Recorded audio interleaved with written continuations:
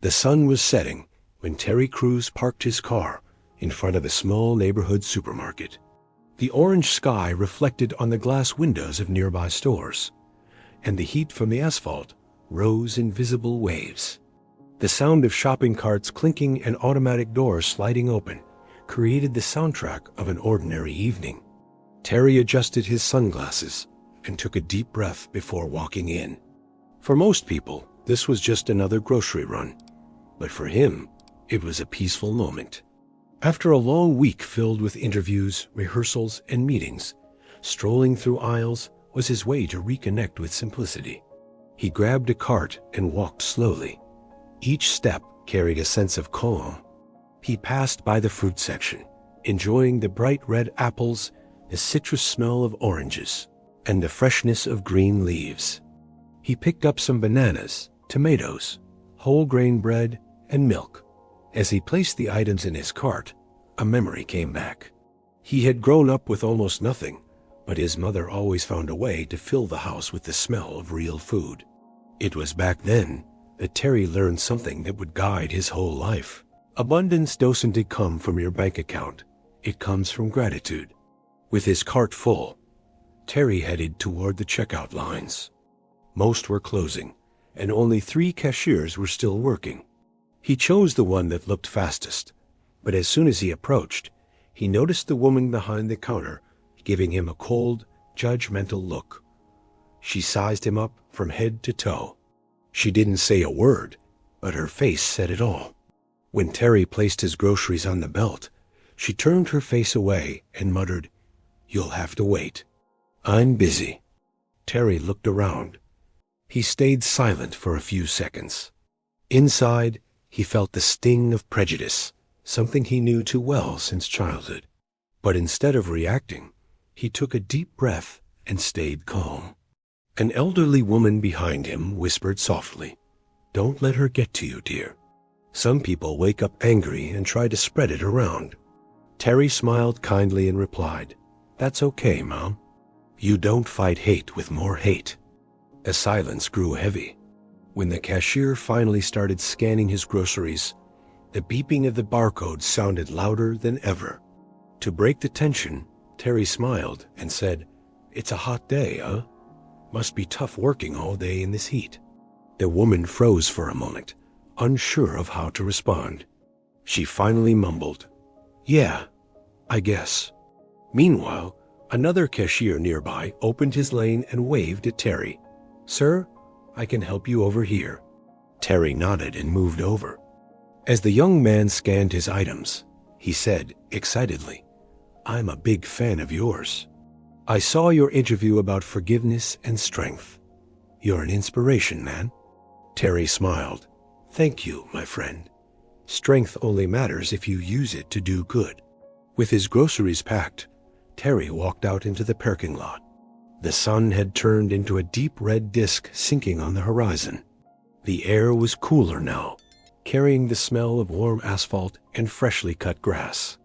He placed the grocery bags carefully in the trunk and noticed a small outdoor gym nearby, one of those simple public fitness areas with pull-up bars and benches. He grinned. That was exactly the kind of place he liked to work out when he didn't have time for the regular gym. He put on his headphones, stretched, and started moving. Push-ups, pull-ups, jumping jacks. His body moved with ease. With every repetition, old memories surfaced. The skinny kid lifting sand buckets as weights, the teenager running through the streets of Flint, a man who fought through poverty, rejection, and addiction to build a new life. A few people noticed him. A little boy pointed and shouted, "Mom, that's Terry Crews." Terry laughed and waved, not breaking his rhythm. After finishing his workout, the supermarket was closing. The same cashier from earlier walked quickly toward her car, her shoulders tense, her expression tired. But when she reached it, she froze. One of her tires was completely flat. "Oh no, you've got to be kidding me," she muttered, almost desperate. She looked around, stressed.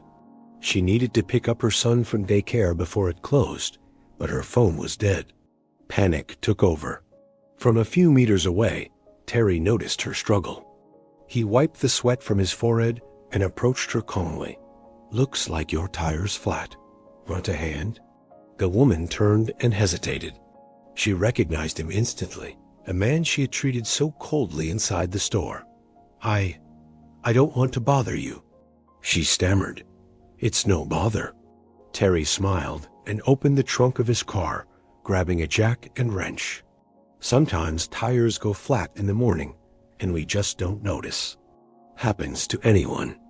As he kneeled beside the car to loosen the bolts, another man walking by stopped and said loudly, "Man, if I were you, I'd sue that supermarket and that lady. People like her need to learn." Terry looked up, calm and steady. "I don't fight anyone, my friend. Life's already hard enough. No need to make it heavier with anger." The man went silent, surprised by his response. Meanwhile, a small crowd began to gather. A security guard, a couple leaving with their groceries, even the young cashier from before, all stopped to watch. They were amazed at the sight.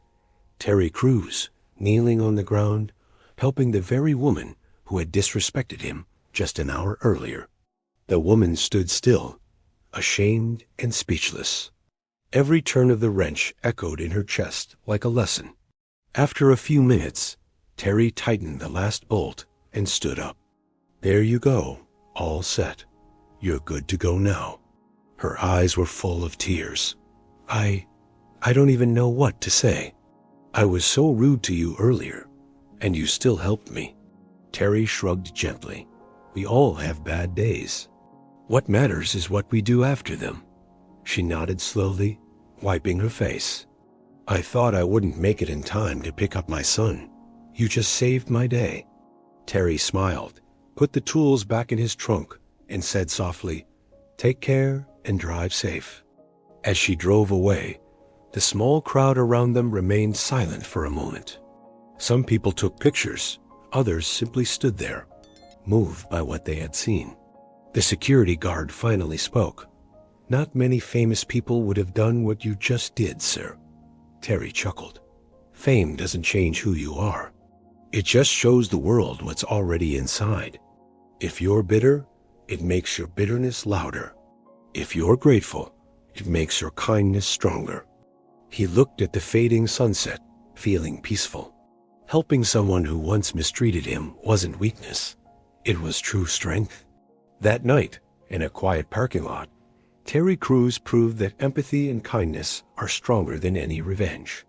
And now, what do you think of Terry Crews' attitude? Leave your comment below. I'd love to hear your thoughts. If you enjoyed this story and want to see more inspiring moments like this, subscribe to the channel Behind Celeb Fame and turn on notifications so you don't miss the next one.